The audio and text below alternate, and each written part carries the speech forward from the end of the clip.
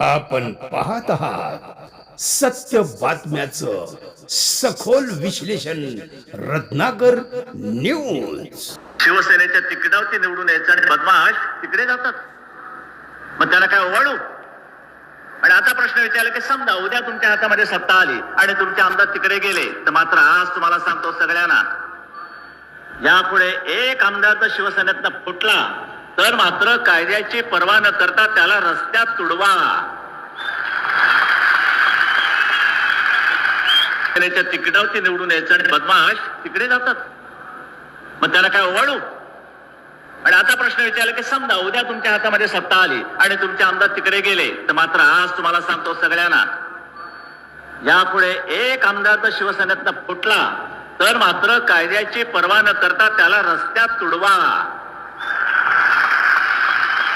हे साले भोसडीचे लोक कोण जात आहेत हे नाही, डोंट कट, हे कट मत करणार। खासदार काय आमदार काय येतात आणि जातात। आज आम्ही खासदारात उद्या नसू, पण या पक्षाने आम्हाला आतापर्यंत जे दिलेलं आहे ना, ते आम्हाला विसरता येणार नाही। बाळासाहेब ठाकरेंनी आम्हाला मुलासारखं वाढवलं सगळ्यांना। उद्धव ठाकरेंनी आमच्यावरती सातत्यानं भावासारखं प्रेम केलं। हे साले भोसडीचे लोक कोण जात आहेत हे नाही, डोंट कट, हे कट मत करना।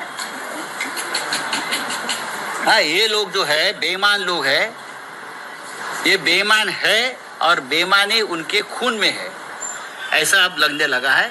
मैं किसी पार्टी का और किसी व्यक्ति का नाम नहीं ले रहा। हे साले भोसडीचे लोक कोण जात आहेत हे। नमस्कार, रत्नाकर औसेकर यूट्यूब चॅनलमध्ये मी आपणा सर्वांचं स्वागत करतो। आणि मित्रांनो, आपण देत असलेल्या भरभरून प्रतिसादाबद्दल रत्नाकर औसेकर यूट्यूब चॅनल आपले आभारी आहे। काल संजय राऊत साहेबांनी ज्या पद्धतीने सकाळची प्रेस कॉन्फरन्स घेतली, फुटलेल्या लोकांबद्दल ज्या शिव्यांची वाखोळी वाहिली,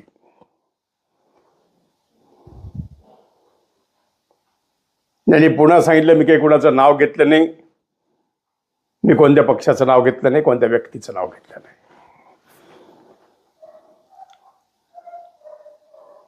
पण जनतेला कळालं,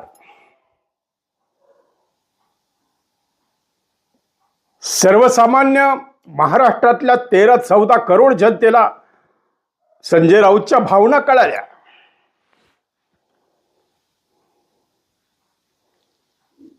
कारण बाळासाहेब ठाकरेंचे उद्गार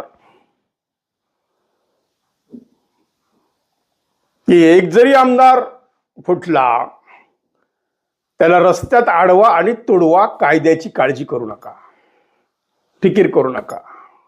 आता हे कितपत संयुक्तिक आहे, कितपत कायद्याच्या कसोटीत बसतं का, त्याला अनुसरून संजय राऊतांनी हे उद्गार काढलेले आहेत। आम्ही हे दोन्ही उद्गार तुम्हाला दाखवलेले आहेत मित्रांनो। पण एक सर्वसामान्य मतदार म्हणून जर एक सर्वसामान्य माणसाला विचारलं की तुला काय वाटतं, त्याच्या तोंडातून पहिला शब्द बाहेर येईल गद्दार। 4 वर्षापूर्वी 50 खोके एकदम ओके कार्यक्रम झाला, शिवसेनेचे आमदार फुटले। शिवसेनेवरचा हा दुसरा आघात आहे। पहिला भूकंप गुवाहाटीला झाला, आता हा भूकंप दिल्लीला होतोय खासदाराच्या निमित्तानं। राजकीय भूकंप, खऱ्या अर्थानं हा भूकंप आहे शिवसेनेच्या गोटामध्ये। ज्या बाळासाहेब ठाकरेंनी सर्वसामान्य पानटपरीवाल्याला मंत्री बनवण्याचं काम केलं, ज्या बाळासाहेब ठाकरेंनी कधी जात बघितली नाही, कधी पार्टी बघितली नाही, कधी धर्म बघितला नाही, कधी पंथ बघितला नाही, त्या सर्वसामान्य कार्यकर्त्याला नेता करण्याचं काम जर कोणी केलं असेल तर बाळासाहेब ठाकरेंनी केलं, हे निर्विवाद आहे। त्याचं उदाहरण महाराष्ट्र राज्याचे माजी मुख्यमंत्री श्री मनोहर जोशी, एक ब्राह्मण समाजातल्या माणसाला या महाराष्ट्राच्या कर्तबगार मराठ्यांच्या राज्याचा मुख्यमंत्री करण्याचा मान जर कोणाला मिळाला असेल तर तो बाळासाहेब ठाकरेंना मिळाला आहे. मुस्लिम समाजाला प्रतिनिधित्व देताना साबिर शेख नावाच्या एकाच सामान्य परिवारातल्या व्यक्तीला, एक सामान्य रस्त्यावरच्या माणसाला मंत्री करण्याचं काम बाळासाहेब ठाकरेंनीच केलेलं आहे. आणि आता सध्याचं जे प्रकरण गाजतंय म्हणजे 6 खासदार आज शिवसेनेमध्ये शिंदे सेनेत प्रवेश करतात.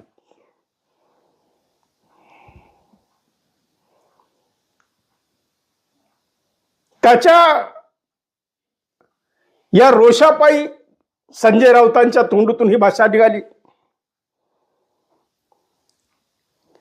की ज्या शिवसेनेनं आपल्याला मोठं केलं, ज्या शिवसेनेनं आपल्या पडत्या काळात आपल्याला साथ दिली, त्याच शिवसेनेशी गद्दारी हे कुठेतरी मतदारांना रुचलेलं नाही. हे काल ज्यावेळेस आपण पाहिलं की एका दिवसात 15,000 फॉलोअर्स सोशल मीडियावरचे ओमराजे निंबाळकरांचे कमी झाले, अनफॉलो करून टाकलं लोकांनी.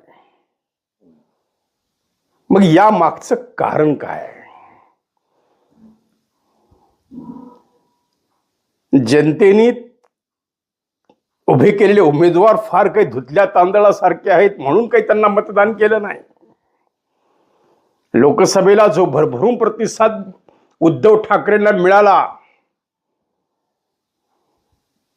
भाजप अवाक झाली. हे काय चमत्कार झाला? एवढे खासदार कसे निवडून येऊ शकतात? तर माझं असं एक मत आहे वैयक्तिक की जो 50 खोके एकदम ओके गुवाहाटीचा जो कार्यक्रम होता त्याची सहानुभूती लोकसभेमध्ये शिवसेनेला मिळाली, म्हणजेच उबाटाला मिळाली, म्हणजेच उद्धव बाळासाहेब ठाकरेंच्या शिवसेनेला मिळाली आणि त्यांचे खासदार निवडून आले. आणि पुन्हा लाडकी बहीण योजना बाहेर आली आणि त्याचे परिणाम हे महाराष्ट्राचं आजचं महायुतीचं सरकार आहे की ज्या लाडक्या बहिणींनी त्यांना भरभरून मतदान दिलं. आता त्याच्यातल्या किती लाडक्या बहिणी आता लाभार्थी राहिल्यात हा संशोधनाचा विषय आहे.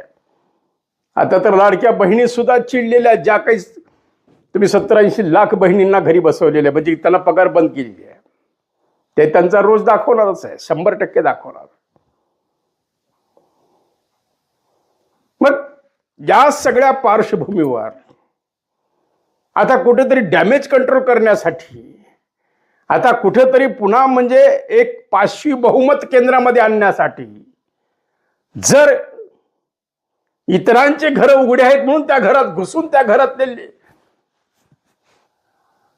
उमेदवारांची, त्या खासदारांची, आमदारांची चोरी करायची, याच्यापेक्षा स्वतःचे कार्यकर्ते निर्माण करण्याची हिम्मत आणि धमक भाजप का दाखवत नाही, हा विषय सध्या महाराष्ट्रातल्या 13-14 करोड जनतेच्या मनामध्ये येतोय.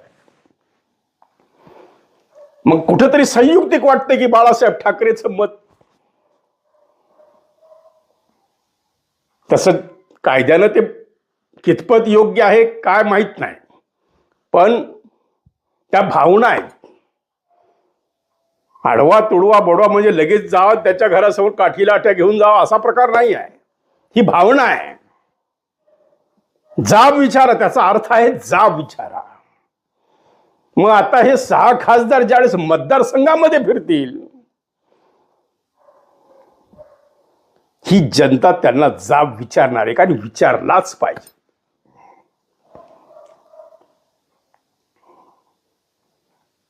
मी आत्ताच रेट कार्ड वाचलं.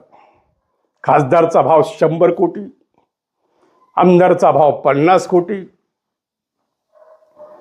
महापौराचा भाव 25 कोटी, नगरसेवकाचा भाव 10 कोटी, सरपंचाचा भाव 5 कोटी, ग्रामपंचायत सदस्याचा भाव 1-2 कोटी. काय चाललंय?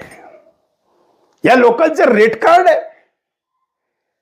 हे आपले लोकप्रतिनिधी आहेत हे म्हणायची सुद्धा आपल्याला लाज वाटते. ज्या विश्वासानं तुम्हाला आज जवळपास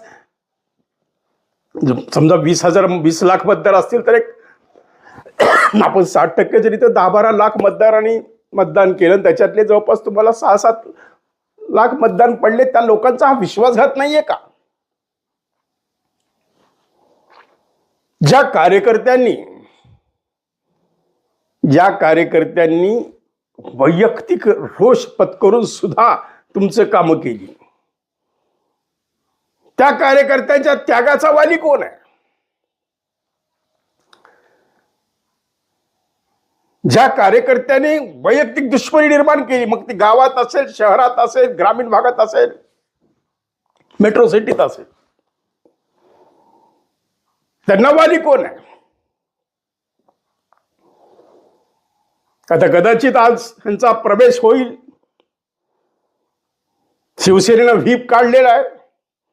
या व्हीपचं कितपत आता यापुढे फायदा होईल या शिवसेनेला, म्हणजे उद्धव बाळासाहेब ठाकरेंच्या शिवसेनेला, हे सांगता येणं आज अवघड आहे.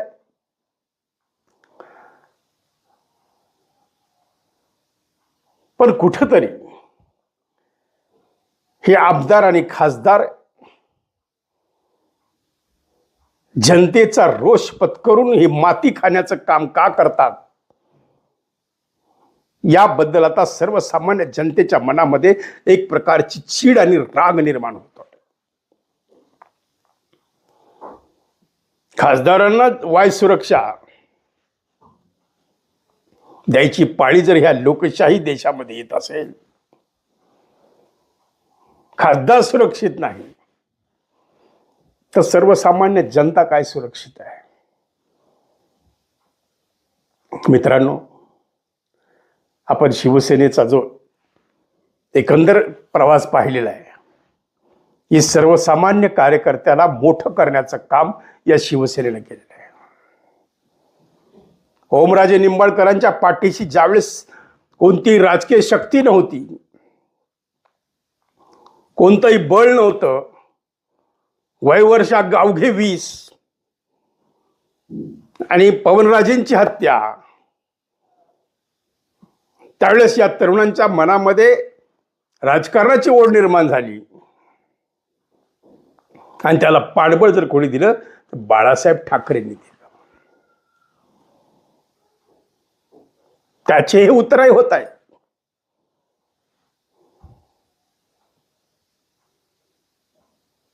विचार करण्यासारखी गोष्ट आहे. म्हणून आज किती जरी ढोल ताशे वाजवत यांचा सत्कार झाला, यांचा प्रवेश झाला, तर मतदार यांना जाब विचारल्याशिवाय राहणार नाहीत, असं एक सर्वसामान्य महाराष्ट्रीयन मतदाराचं मत आहे.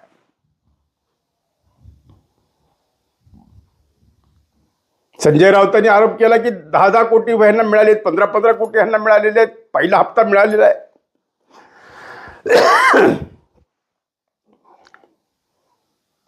म्हणजे पैशानं हे सगळं कार्यक्रम होणार आहे.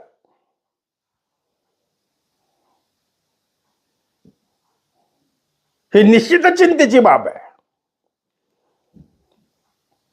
आणि आज जो मतदार त्यांना मतदान केला, तो मतदार आता स्वतःला विचारतोय की यांना मी निवडून देऊन चूक केली आहे का? कारण 50 खोके एकदम ओकेचा हा पुन्हा दुसरा अंक जे खासदार फोडण्याचा झाला. आता कोणी म्हणतं त्याच्यात 100 खोके, कोणी म्हणतं 50 खोके. आता किती खोके हे त्यांनाच माहिती आहे. पण एकीकडे महाराष्ट्राचा शेतकरी आफळाकडे डोळे वासून बघितलेला आहे, बसलेला आहे. रविकांत तुपकरांसारखे राजू शेट्टीची माणसं शेतकऱ्यांचं कर्ज माफ करा म्हणून उपाशी पोटी आंदोलन करतायत, मोर्चे काढतायत. निसर्गानं वक्रपा केलेली आहे. अजूनही पेरणी कधी होईल याची शक्यता ह्या शेतकऱ्यांना नाही आहे.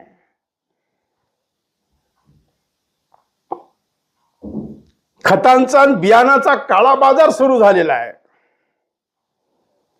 शेतकरी आभाळाकडे डोळे वासून बसलेला आहे. पुढेच 1 वर्ष आता हे दुष्काळाचं जाईल का काय, अशी शंका आता निर्माण झालेली असताना त्यामध्ये यांचा असलेला हा आमदार खासदारांचा राजकारणाचा बाजार कुठंतरी सर्वसामान्य जनतेला विचलित करतोय. म्हणून आता मला आज मित्रांनो, तुम्ही रोखठोक तुमचं मत मांडा. आपलं मत काय? खरंच या गद्दारांनी लोकशाहीची चेष्टा केली आहे का? खरंच या गद्दारांनी मतदारांशी भावनेशी खेळलेले आहेत का? आणि खरंच हे मतदार, खरंच हे उमेदवार, म्हणजे खरंच हे आमदार आणि खासदार स्वतःच्या स्वार्थापायी निष्ठेचा बळी देत आहेत का? आपलं मत काय? जरूर आपण कमेंट्समध्ये कळवा. मित्रांनो, चला भेटूया उद्या पुन्हा एका नवीन विषयासह. पाहत राहा आपलं आवडतं चॅनल रत्नाकर औसेकर यूट्यूब चॅनलचा उपक्रम रत्नाकर न्यूज. तोपर्यंत काळजी घ्या. धन्यवाद.